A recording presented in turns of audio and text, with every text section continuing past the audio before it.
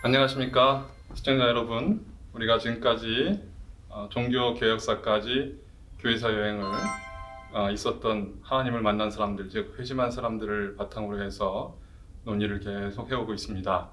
오늘은 영국의 부흥운동과 당시에 영국의 부흥운동을 이끌었던 감리교 복음주의 운동이라고 얘기를 할 수 있겠는데요. 대표되는 분이 바로 잔 웨슬리하고 조지 위필드 목사님이거든요. 그분들의 두 분의 회심을 통하여 가지고 당시에 영국에 어떠한 부흥의 운동이 있었는지 같이 살펴보겠습니다. 18세기가 되면서 교회사에 있어서 좀 다양한 그런 경향 속에서 좀 독특한 경향이 등장한다고 이렇게 얘기할 수 있겠어요. 그러면서 이제 18세기의 영국 복음주의 운동, 어떻게 해서 18세기, 그러니까 1700년대거든요.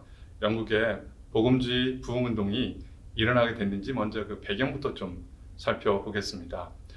우리가 전 시간에 종교개혁에서 다시 논의했는데, 종교개혁은 이제 16세기 종교개혁이라고 이렇게 얘기를 하니까 1500년대죠. 1500년대에서 1600년대를 거쳐서 1700년까지 오면서 여러 가지 변화가 있었지만, 대표적인 것은 무엇이라고 얘기했었냐면 인간의 이성에 도전이 있었다고 이야기를 할 수 있습니다. 종교개혁 이후 개신교 자체 내에서도 종교개혁가들의 신앙과 사상을 정리하는, 교리화하는 그러한 과정을 거치게 되었고요. 그러면서 당시에 세상에 만연했던, 유럽 세계를 휩쓸었던 이성주의적인 경향 또는 철학적인 경향에 영향을 받았다고 할 수 있거든요. 그러면서 이제 신앙에 있어서도 이성을 강조하는 신앙이 등장을 하게 되는 것을 볼 수가 있습니다. 그것을 갖다가 우리가 이신론이라고 그렇게 이야기를 합니다. 영어로는 디즘이라고 이야기를 하는데요. 하나님이 계신 것에 대해서는 인정을 합니다. 이 신론이. 그렇지만 하나님이 이 세상을 만드시고 그 다음부터는 초월해 계시면서 더 이상 이 세상에 섭리하시거나 관여하지 아니하신다라는 그러한 기본적인 신앙의 형태가 이신론이라고 이야기를 하는 거예요. 그래서 이신론에 대해서 이야기를 할 때 마치 사람들이 이제 시계공 이론이라고 얘기를 하죠. 시계공이 만들고 난 다음에는 시계는 그 시공이 만들어 놓은 그 파워, 법칙에 의해서 시계가 돌아가는 것처럼 이 세상도 그렇다라는 거예요. 하나님이 창조하고 난 다음에는 하나님이 주신 자연 법칙 또는 진리, 입법에 따라서 이 세상이 진행이 되고 있다라고 믿는 것이 이신론입니다. 그러니까 그 당시에 철학가들이라고 얘기할 수 있고 또 사상가들이라고 얘기할 수 있는, 또 과학자라고 얘기할 수 있는 분들이 인정할 수 있는 그러한 신앙적인 설명이었다라고 보면 될 것 같습니다. 왜 그러냐면 그 당시에 이제 15세기부터 시작이 됐다고 얘기할 수 있겠지만 자연과학이라는 것이 이제 발전을 하게 되고, 우리가 잘 알고 있는 뉴턴, 만류 인력의 법칙을 발견한 뉴턴을 우리가 알고 있는데요. 그것처럼 이 세상에 대한 것들을 연구하되 과학적인 방법으로 신과학이라고 얘기를 하는데, 자연의 법칙을 통하여서 이 세상에 벌어지는 현상을 설명하려는 노력들이 발생을 합니다. 그래서 사과가 떨어지는 걸 보니까 뭔가 당기는 힘이 있는 거 아니야? 그래서 이제 만류 인력의 법칙이 발견됐다고 얘기를 하는 것처럼 이런 방식을 통하여서 당시에 세상에 일어나는 일들을 설명하려고 했다라는 거죠. 이것이 당시 중세하고는 좀 다른 것은요, 중세에는 모든 것들이 다 신앙적인 것으로 설명이 됐으니까 하나님이 하시는 것이고 또는 악의 세력이 하는 것이다라고 해서 신앙적인 요소로 설명을 하려고 했던 것이, 이제는 어떻게 보면 뉴턴도 사실은 하나님이 이렇게 일하신다라는 것을 보기 위해서 만류 인력의 법칙을 얘기했고 그런 거라고 얘기하지만, 결국은 이것이 하나님이 없어도 이 세상이 자체적으로 법칙에 의해서 돌아갈 수 있다라는 것을 설명하는 방식이 되게 됩니다. 그러다 보니까 자연스럽게 하나님의 섭리나 하나님의 존재까지도 이렇게 부정하는 그런 경향이 됐다라고 얘기를 할 수 있는데요. 이것이 바로 이성주의적인 이 경향이 과학 세계에 등장하면서 사람들이 그 과학의 발견을 하나님에 대한 설명보다 더 우선시했기 때문이고 더 맞는 설명이라고 생각했기 때문에 그렇게 됐다고 설명할 수 있습니다. 이것이 또한 이제 철학적인 경향에도 등장을 하는데, 소위 말하는 근대 철학의 등장을 하게 됩니다. 그래서 뭐 우리가 세계사 시간이나 또는 철학사 시간에 가끔 이야기도 하는데, 영국의 경험론, 대륙의 합리론, 그래서 이렇게 당시에 이성적인 경향을 보여줍니다. 우리가 지식을 경험을 바탕으로 쌓아가는 것이냐, 아니면 타고난 그러한 이성 또는 본구관념이라고 얘기하는데, 그렇게 타고난 것을 바탕으로 이성적인 것으로 해서 연역적으로 접근하느냐, 이런 것들을 논의했는데, 결국은 인간 이성을 통하여 가지고 지식을 쌓게 되고, 그것을 통하여도 이 세상에 있는 객관적인 것들을 반영한다라는 그러한 이야기가 이제 나오게 되는 것이 바로 이 신론적인 배경입니다. 이런 시대에 하나님은 어떻게 설명할까? 하나님은 이 세상을 만드셨지만 이 세상에는 이성이 있고 또 자연 법칙이 있어서 그렇게 스스로 진행되고 발전되어 간다라는 생각을 가지게 되는 거죠. 이러한 이신론적인 경향이 등장을 하니까 문제는 이 교회에서 이것을 가지고 영적인 필요에 대해서 제대로 설명해 주지 못했다라는 거예요. 하나님이 살아계시고 은혜를 부으시고 지금도 살아 역사하신다라는 것에 대해서는 설명할 수 있는 부분이 이제 없어지게 된 거죠. 단지 윤리적인 걸 통한 구원론을 얘기하던 시대니까 예수님이 우리를 위해서 십자가에서 대신 죽으셨다라는 그러한 예수 그리스도의 대속의 구원론을 제대로 설명하지 못할 때가 됐으니까 대중들의 영적인 문제에 제대로 답변을 해주지 못한 상태가 됐다라고 얘기할 수 있습니다.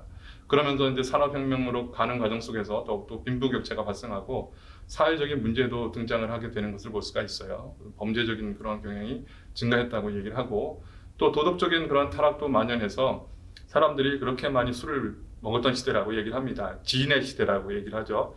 지인이 이제 술의 종류인데, 얼마나 그 사람들이 술을 많이 먹었냐면 4집 걸로 하나가 이렇게 술을 파는 가게일 만큼 그렇게 사람들이 많이 술을 많이 먹었고, 또 어떤 엄마는 아들의 옷을 벗겨서 팔아가지고 그것으로 술을 사 먹었다라고 얘기할 정도로 그 당시에 사람들이 얼마나 도덕적으로 또 타락한 상황이었냐를 갖다가 이제 이야기를 하기도 합니다.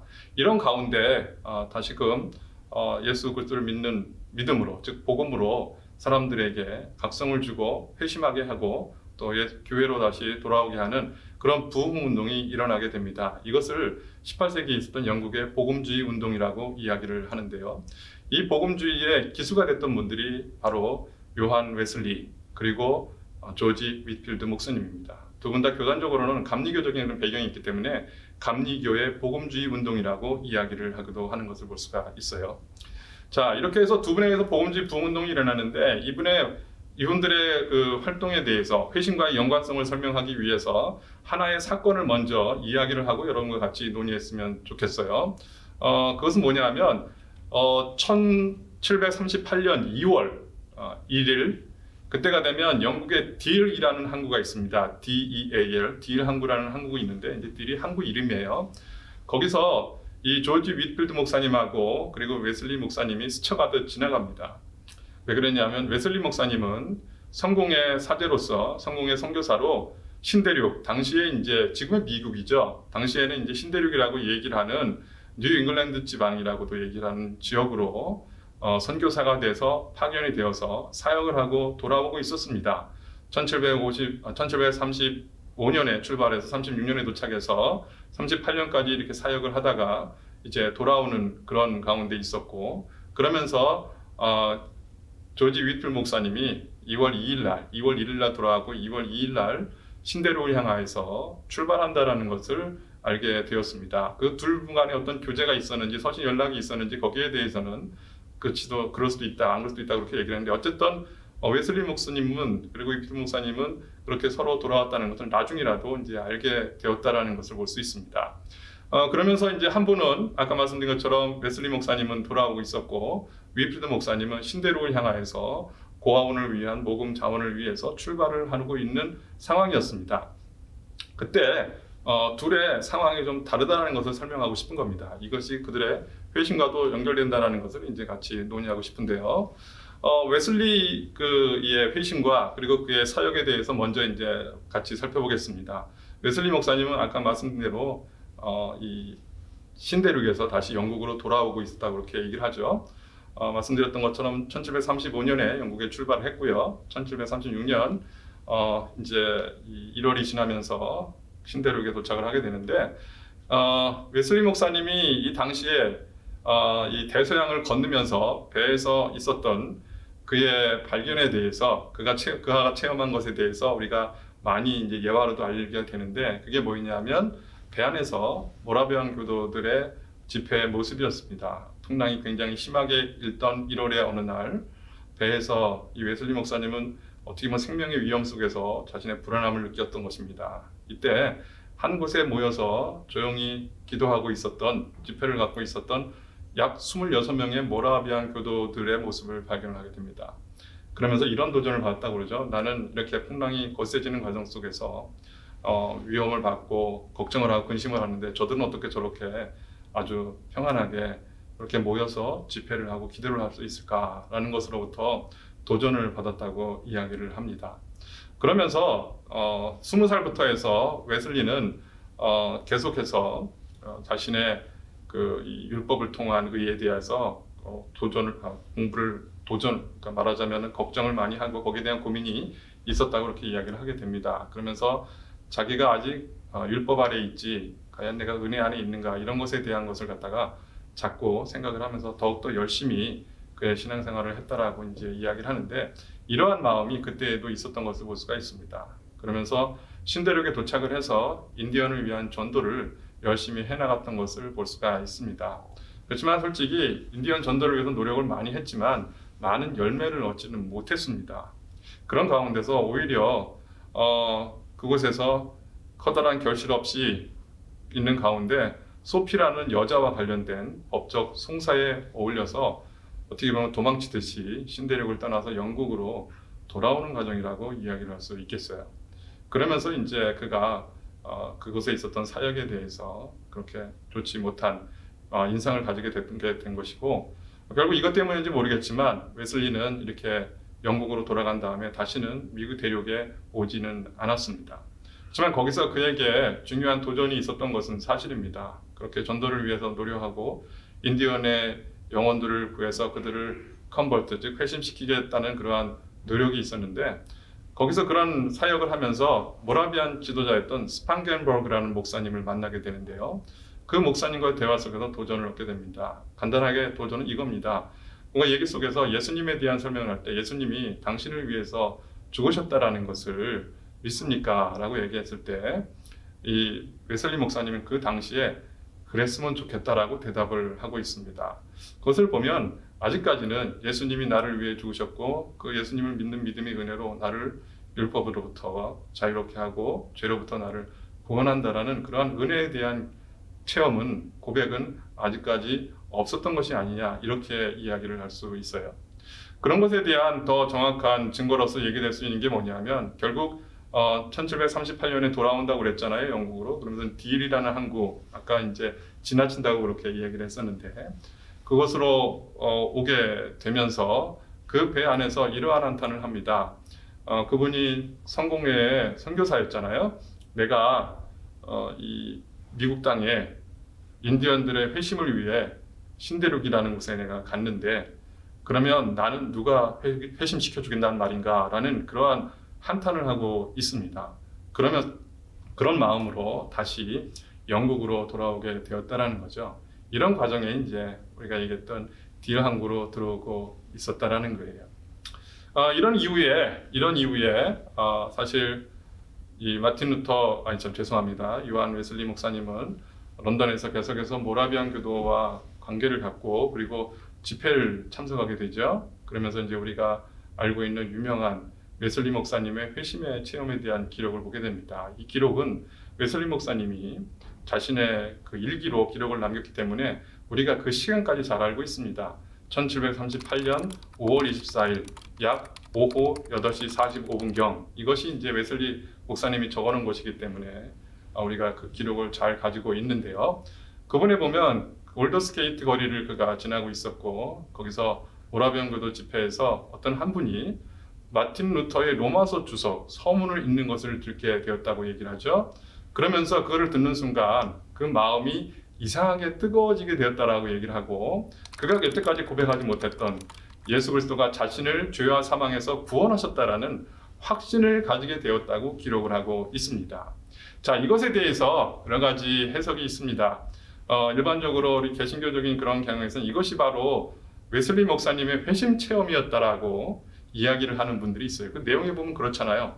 마음이 뜨거워지면서 예수님에 대한 고백, 그리고 예수님이 우리를 위해서 죽으시고 그것이 우리를 죄와 사망으로부터 구원하는 그런 은혜가 됐다라는 것에 대한 고백, 이 정도가 우리가 보통 회심을 체험할 때 우리가 깨닫게 되고 또 고백하는 신앙의 내용인데요. 이런 것이 있다면 웨슬리 목사님은 이때 회심을 체험한 것이 아니냐 이렇게 이야기를 하는 분들이 있고, 그러나 웨슬리 목사님이 그렇지 않다. 이전부터 사실 웨슬리 목사님은 많은 신앙적인 그런 활동을 했던 것이 사실이거든요.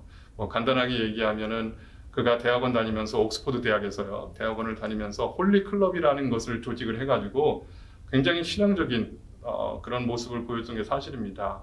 열심히 기도하고 원어로 성경을 읽으면서 또 금식도 하기도 했고, 그러면서 이 신방을 하기도 합니다.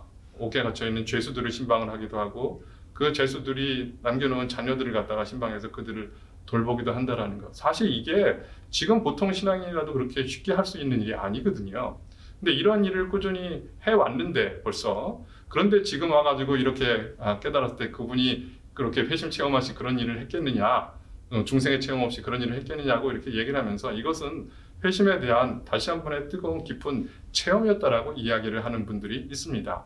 그러나 어쨌든 그의 이러한 뜨거운 체험이 그로 하여금 이제 본격적으로 사역에 나가서 사역을 할 수 있게 되는 파워가 되고 능력이 됐다라는 것은 우리가 부정할 수 없습니다.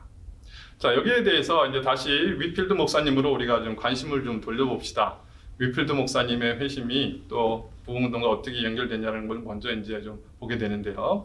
아까 얘기했던 것처럼 위필드 목사님은 1738년 2월에 이제 신대륙을 향해서 나아가는 과정이었는데, 사실 그 전에 그는 회심을 체험했다고 그의 기록을 통하여서 우리가 보게 됩니다. 이분도 역시 일기를 통하여서 그분이 어떤 인생을 했고 어떤 회심을 했는지 우리에게 잘 보여주고 있는데요.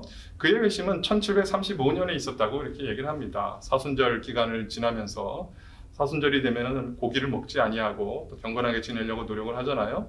이러한 전통 속에서 수행 생활을 열심히 하게 됐던 것을 볼 수가 있습니다. 물론 그 이전부터 그는 하나님 앞에서 어떻게 내가 또 하나님을 만나고 그 앞에 의로움이 있나, 이런 구원에 대한 것을 갖다가 얻기 위한 많은 씨름을 했던 것이 사실입니다.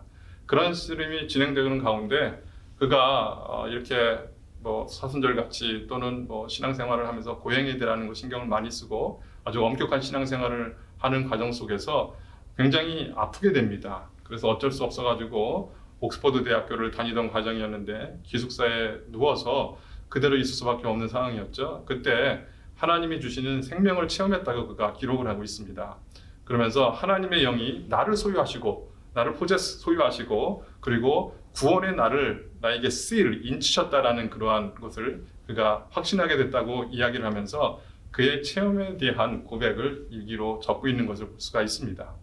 즉 여기서 우리가 말씀드리고 싶은 것은 1735년, 1738년 이전에 1735년에 그는 먼저 이러한 구원의 회심의 체험을 강력하게 했더라는 겁니다.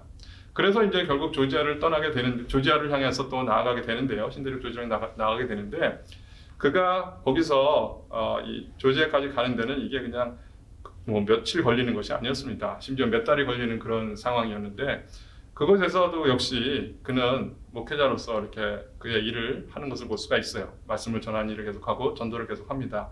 배 안에서 계속 목사로서 그가 해야 될 일을 계속 진행을 했던 것을 볼 수가 있는데요.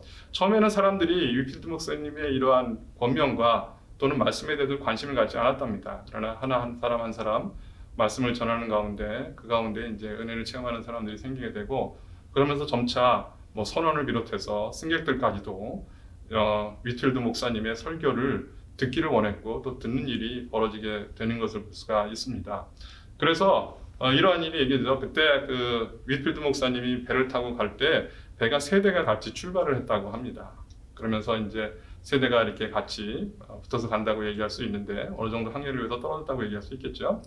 그런데 이제 위필드 목사님이 처음 전도를 해서 사람들로 하여금 설교를 듣게 했고, 그런 것이 위필드 목사님이 타고 있는 배에서 사람들로 하여금 이제 설교 때가 되면은 다 갑판에 모여서 말씀을 듣는 일이 벌어지게 됐다라는 거예요. 이게 점차적으로 처음에는 배척을 받았지만 점차적으로 말씀 전도를 통하여 사람들이 변화를 받고 말씀의 사모해서 이제는 다 같이 들을 수 있도록, 그래서 거의 온 이 승객이나 아니면은 이 선원들이 말씀을 듣게 되었다라고 그렇게 얘기를 하죠. 그만큼 설교를 잘하셨다는 얘기도 될 수 있는데, 하여튼 그렇게 해서 이제 갑판에 모여서 설교를 들으니까 이것이 나중에 어디까지 소문나게 되냐면 옆에 둘을 같이 가던 그 배까지 소문이 나게 됩니다.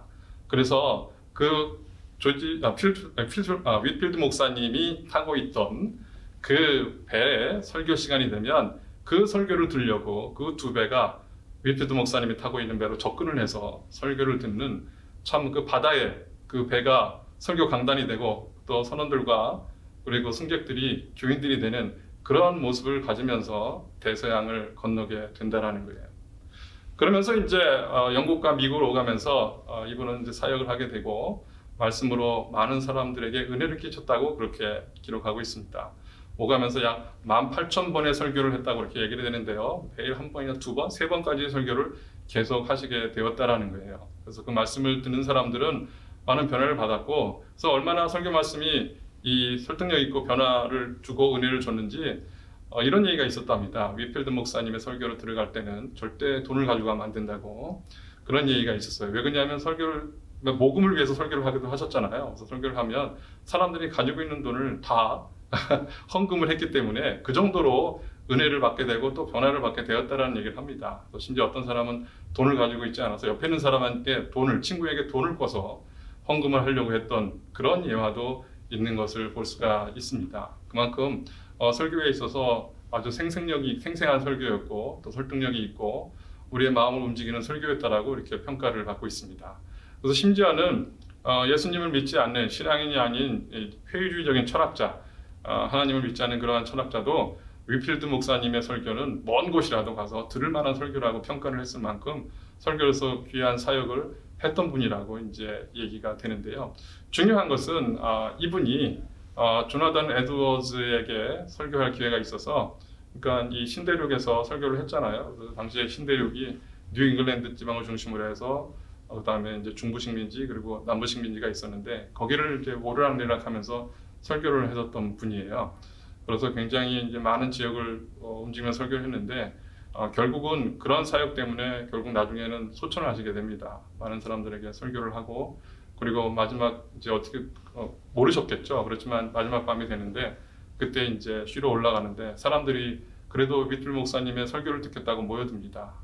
그는 힘들었고 당장 올라가서 쉬어야 되는 그런 상황이었지만 그 사람들에게 설교를 하고 올라가서 쉬게 되는데 그게 윗필드 목사님의 마지막 설교였고 마지막 모습이었다고 그렇게 이야기를 합니다. 그만큼 설교에 대해서 하나님이 나를 사용하셔서 나로 하여금 그 일을 끝까지 담당할 수 있게 해달라고, 나를 완전히 소모될 수 있도록 해달라고 그렇게 원하고 기도했던 분의 일이 결국 그렇게 이루어졌던 것은 아닌가라고 또 평가를 하기도 합니다. 중요한 것은 영국뿐만 아니라 미국의 대각성 운동에도 영향을 미치게 됩니다. 그러니까 다음 시간에는 미국에 있었던 대각성 운동에 대해서 같이 논의를 하게 됐는데, 이 미국의 대각성 운동이 일어나게 됐던 원인 중에 하나는 바로 윗필드 목사님의 신대륙에서의 이렇게 순회 설교, 그리고 이걸 은혜로 받은 목회자들, 도전받은 사람들에 의해서 진행된 것이 아니냐라고 그 윗필드 목사님의 영향력을 이야기를 하거든요. 이러한 것들이 아직 살아있는데 그 중에서 대표적인 것은 바로 조나단 에드워즈 목사님께 설교를 통해서 영향을 줘서 이때 조나단 에드워즈 목사님이 눈물을 흘리면서 설교를 들었다라고 평가를 하기도 합니다. 그러면서 계속해서 영국과 미국을 하며 설교를 통해서 많은 사람들을 주님 곁으로 돌아오게 하는 회심을 이끌었다고 얘기를 하는 거죠. 자, 웨슬리 목사님과 이제 비교를 하는 거예요. 여기서 사실 웨슬리 목사님 그리고 조지 윗필드 목사님의 만남은 딜 항구에서가 처음이 아니었습니다. 사실은 옥스퍼드 대학을 같이 다니면서 당시에 조지 윗필드 목사님은 학부를 다니고 있다고 그렇게 얘기를 하면 웨슬리 목사님은 대학원을 다니고 있었어요. 그러면서 이제 찰스 웨슬리 동생과 함께 홀리 클럽이라는 것을 이제 조직을 해가지고 아까 말씀드렸던 그렇게 신실한 그러한 신앙을 학문을 연구하고 또 성경을 연구하고 또 기도하면서 또 사회적인 봉사를 하면서 신실하게 이끌어가는 것을 볼 수 있는데요. 이때 이 찰스 웨슬리 목사님, 그러니까 요한 웨슬리 목사님의 동생이죠. 그분의 권고로 조의를 하는 분이 바로 조지 윗필드 목사님입니다. 그런 면에 있어서 이제 웨슬리 목사님이 윗필드 목사님의 대학에 있어서는 선배라고 얘기를 할 수 있겠죠. 선배이자 또 그를 지도하는 멘토 같은 그런 분위기로 처음에 이제 만났었는데 우리가 얘기했던 1738년 2월에 딜 항구에서 스치톡 지나가면서 그들의 백길의 항로의 체험은 달랐다라는 겁니다. 웨슬리 목사님은 글로 가면서 신대륙으로 가면서 모라비언 교도나 아니면은 거기에 있던 스판겐버그 목사님이나 이런 분에 의해 가지고 신앙적인 도전을 받으면서 자신의 어떻게 보면 회심에 대한 강력한 이 확신 이런 것이 없는 것으로 인한 한탄으로 해서 모라비언 교도로부터 영향을 받고 그런 가운데 신대륙으로 가는 길을 갔다고 이야기를 하게 된다면 어떻게 보면 여기에 대조적으로 우리 위필드 목사님은 이 신대륙으로 가는 과정 속에서 사람들에게 설교로 영향을 주어서 배가 운행하는 것을 바꿀 수 있는 그러한 영향력을 가져오게 되었다라는 것.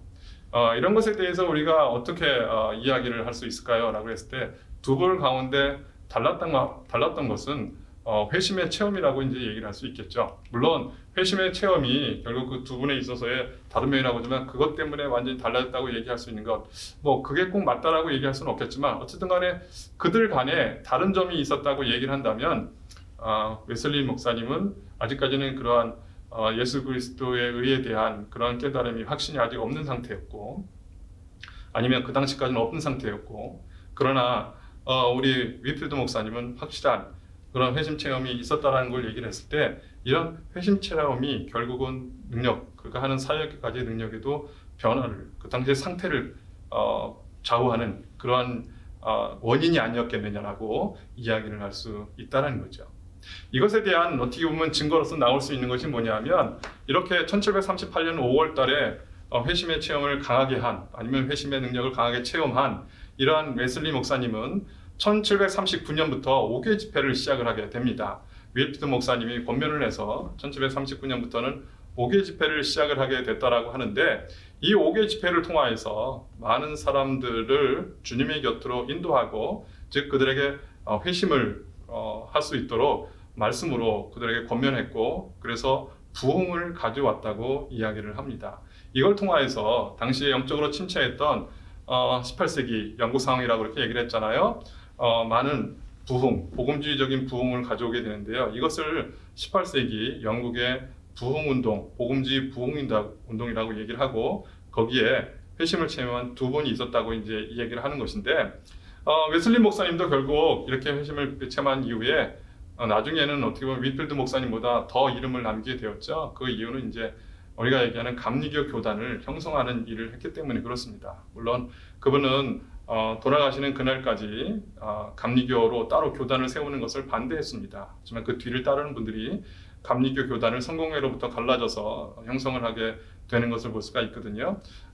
그것을 보면 계속해서 웨슬리 목사님이 활동을 했던 것을 볼 수가 있는데 어쨌든 그 활동의 결과로서 중요한 것은 무엇이냐면 감리교 교단이 형성될 수 있는 그런 면에 있어서는 이제 두 분이 비교가 된다라고 할 수 있는데 웨슬리 목사님은 조직력에 있어서 특유한 달란트를 보였다라고 얘기할 수 있고 윌필드 목사님은 거기에 대해서 말씀을 더 강하게 전하는 분이었다. 말씀에 대한 더 강한 탤런트를 가지고 있던 분이라고 이제 평가를 할 수 있겠죠.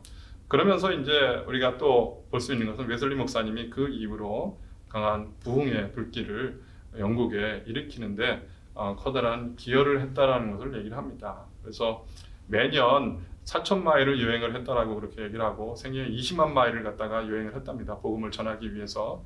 그리고 뭐 요즘 그 정도면 아무것도 아닐지 모르지만 당시에 말밖에 육로에서 말 또는 마차밖에 없는 그런 상황에서 이런 길을 한다라는 것은 정말 굉장한 일이었다라고 얘기를 하죠. 그리고 4만 번의 설교를 했다는데 이거는 그의 이제 사역 기간, 뭐 부흥 기간, 부흥을 이끌었던 그 기간을 따지자면 하루에 3번에서 많게는 4번, 적게는 3번의 설교를 계속 하면서 그 사역을 담당했다라는 것을 얘기할 수 있는데 그런 의미에 있어서도 웨슬리 목사님이 이 감리교 부흥에 또 감리교 형성에 굉장히 커다란 역할을 했고 당시에 부흥에 커다란 공헌을 했던 분이라는 것은 우리가 이제 부정할 수 없는 것이죠.